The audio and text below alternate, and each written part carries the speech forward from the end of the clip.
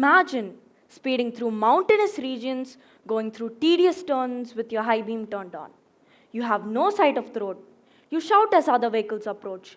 You're sweating and keeping your eyes out, wondering what to do next. Going back to one of my recent memories, I would like to discuss a visit to the hilly regions of Maharashtra, passing through one of the deadliest nights ever, facing a 3-hour drive through Satara, which is an opening gate to the Western Ghats. Traveling at a speed of 80 km per hour, we managed to cover a highway with no streetlights and with only a few reflectors. I felt scared. We drove through the midnight into the opening gates of Satara. It was 4 in the morning. Navigating unknown terrain, we were following a few vehicles going between two hills, which did not seem to even have a single source of light. The road we were on was lit by the high beam we went through. I was able to see many plants, farms, besides well-maintained nurseries in the path we traveled. So we decided to take a short break and start the tedious journey again, crossing through the hairpin bends of Satara. I also had to look out whether or not vehicles from the opposite side were approaching before any collision could occur. I also noticed other tourists to slow down, which was likely due to the absence of streetlights. So I started to understand what the reason was for the absence of streetlights in the hilly terrains of Ratnagiri. But before that, let us first understand Ratnagiri's topography.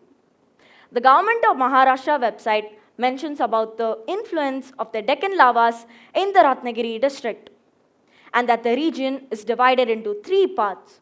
One dominated region is known as the Sahyadri range, which comprises of sloping mountains. Over 85% of the land surface in the Ratnagiri district, along with the 180 km drive throughout the Sahyadri range, contains hills, hill forts, and wildlife. But does that explain the absence of streetlights? Interestingly, as per the Solar Energy Engineering blog, cooler temperatures are ideal for increased efficiency. Also, at a high altitude, the sun rays fall just at the right angle onto the strategically placed panels. So let's take Denmark as an example. The Danish Solar Energy website mentions about the usage of renewable grid systems like the solar streetlight systems. But one common issue that this Scandinavian country faces is the amount of sunlight being produced on a daily basis. A climate data record from Nation Centers for Environmental Information states that Denmark receives only 36.6% of sunlight, making solar less reliable in winter months. Moreover, cost also plays a barrier. To further put this to detail, a drive from Flensburg, Germany to Aalborg, Denmark is about 295 kilometers, and one solar streetlight system costs about 50,000 rupees, meaning placing one solar streetlight system for once in every 100 meters would need about 2,950 solar streetlight system, costing a whopping budget of 7 crore 37 lakh and 50,000 rupees. Poor lighting also comes with deadly consequences.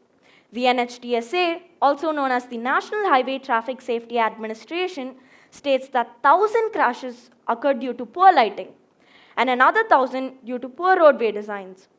In a separate NHTSA report, researchers found that fatal crashes occurred due to poor lighting, and injury crashes occurred during the hours of 3 a.m. to 6 a.m. These time windows are when natural lighting could be dim or non-existent, suggesting that better street lighting could help reduce the number of crashes. And that's when I thought back to something that I had seen on my journey: Nicotiana, the tobacco plant. This plant belongs to a family that has been studied for its potential to emit light through bioluminescence. Bioluminescence occurs when two chemicals react, luciferin or luciferase, to produce light, just like the glow of fireflies through the night. Researchers at MIT have already taken steps in this direction by embedding specialized nanoparticles into the leaves of a watercress plant, making it glow dimly for nearly 4 hours. They believe that with further development, that these plants could one day illuminate workspaces or even outdoor areas. This is not science fiction. Since the 1990s, genetically modified crops like soybeans, maize, cotton, and canola were widely adopted. As of 2018, more than 123.5 million hectares of genetically modified crops were grown in 31 countries. If biotech could transform farming, why not lighting? Imagine highways were lined up not with poles and bulbs, but with living streetlights. Rows of bioluminescent plants glowing dimly through the night. Such innovation could provide a low maintenance, a cost effective, and a sustainable solution or an alternative to artificial streetlights, especially in regions where cost and infrastructure makes it impossible. Of course, challenges remain.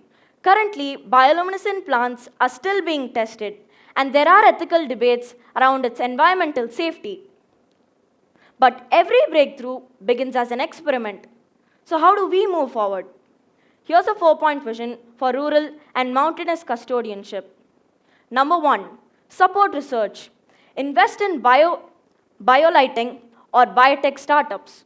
Number 2, pilot projects. Test bioluminescent plants in rural areas or in public parks. Number 3, community involvement. Make sure to involve your community in these activities so that you make shared community assets.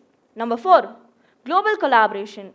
Make sure to share your findings throughout the globe so that not only your region benefits from these solutions, but the world does.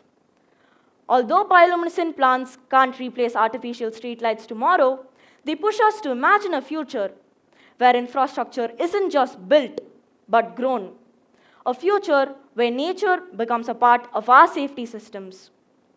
So I'll leave you up with a question. When we think about lighting, why do we always have to look up at these artificial streetlights? Or could we one day look down at these bioluminescent plants and realize that the answer has been glowing there all along? Thank you.